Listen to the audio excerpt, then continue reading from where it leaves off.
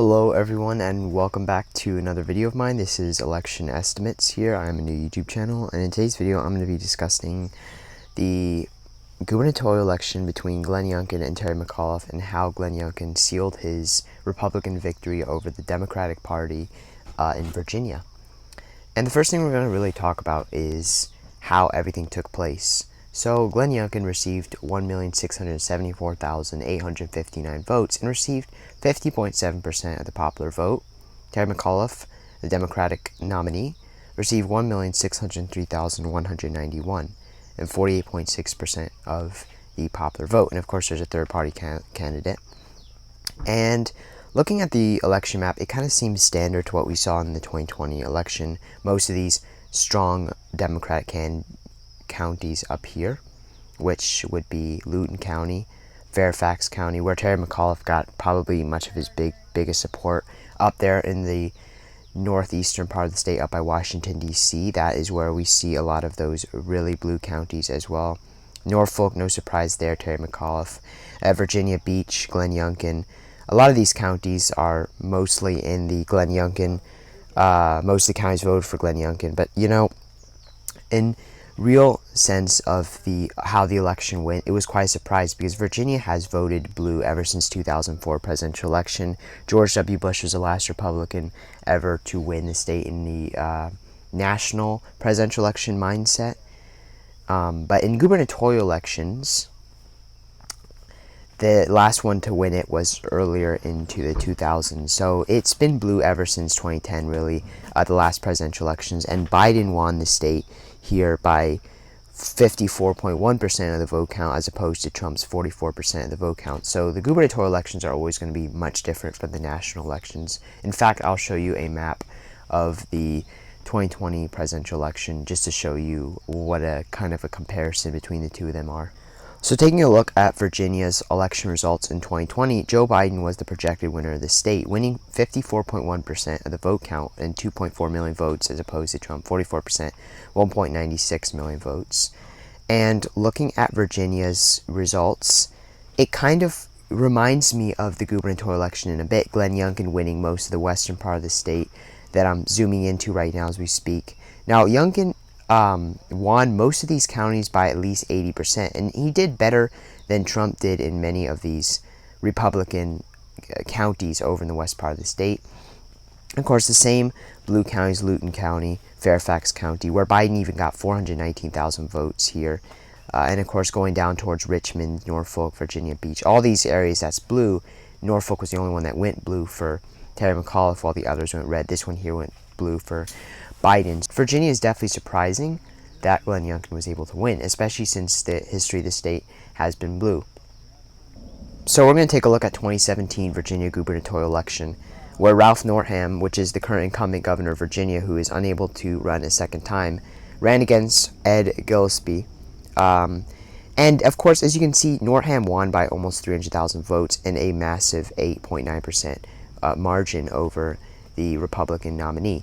And that was kind of a surprise because, you'd see this election, more people voted for both parties. Almost 1,600,000 people voted for both of them. And really, I think after 2020, really the parties, everyone has just been coming out to vote, which is a good thing, of course. And looking back at even 2013, at Terry Mcauliffe versus Ken Cuccinelli, Terry Mcauliffe only won by roughly about 50,000 vote or so difference, and won by 2.5%. And the county map drastically changes, of course, as we look at both of the parties. Mcauliffe did not do so well in 2013, but he did better in 2021, but still did not do well as well because, the last time, and then going back even till 2009, the last Republican governor was Bob McDonnell, and he won by a safe 300,000 margin and won roughly 17% of the vote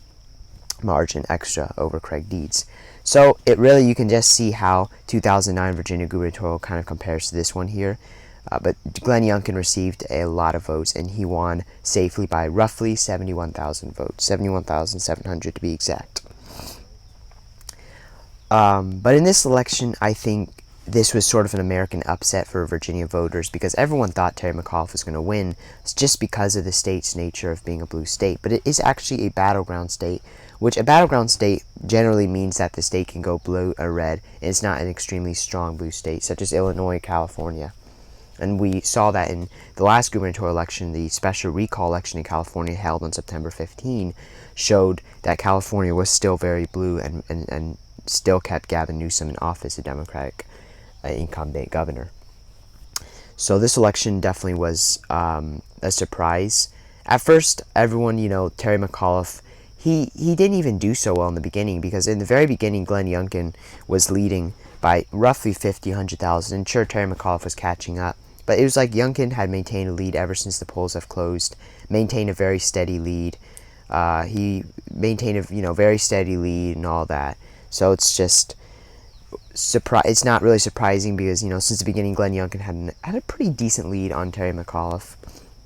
And I don't think there's one time during this gubernatorial election where Terry McAuliffe actually beat Youngkin in the vote count, maybe once or twice, but Glenn Youngkin maintained a very safe lead the entire time. So good on his part. And again, looking at the counties, that's how it was here. I think Glenn Youngkin beat him because Youngkin proved to be a stronger candidate for the GOP versus McAuliffe. Youngkin did much more campaigning in the entire state. He basically, said that he was going to ban critical race theory the moment he got into office as the governor. So we'll see how that goes.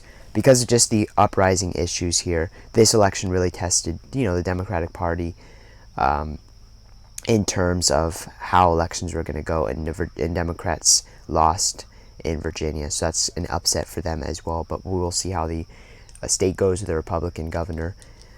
But anyway, that, guys, 3,300,719 people actually voted in this election, which was a massive number. This is something that probably the most votes ever received in the Virginia gubernatorial election, with almost 3.3 million people coming out to vote. I do want to say thank you very much for watching this video. In this video, I hope I explained how Glenn Youngkin sealed his victory over Terry McAuliffe. And even in the very beginning of the gubernatorial election, Glenn Youngkin leaded very well in the polls generally, and so that's what made many people predict that he was actually going to win this gubernatorial election. Look what happened. He won the gubernatorial election, especially with everything going on with the country, Joe Biden's low approval rates, and the Democrats are just failing so many. But that's not a total loss, because in Minneapolis and Boston, they both elected, and New York elected a Democratic. So thank you guys so much for watching this election estimates video. On this channel, I do election estimates such as each election's county results, the gubernatorial, presidential election, each state, and as well as predictions of current elections that are going to happen in the future. So thank you so much for watching, and please consider subscribing and liking this video if you enjoyed. Thank you.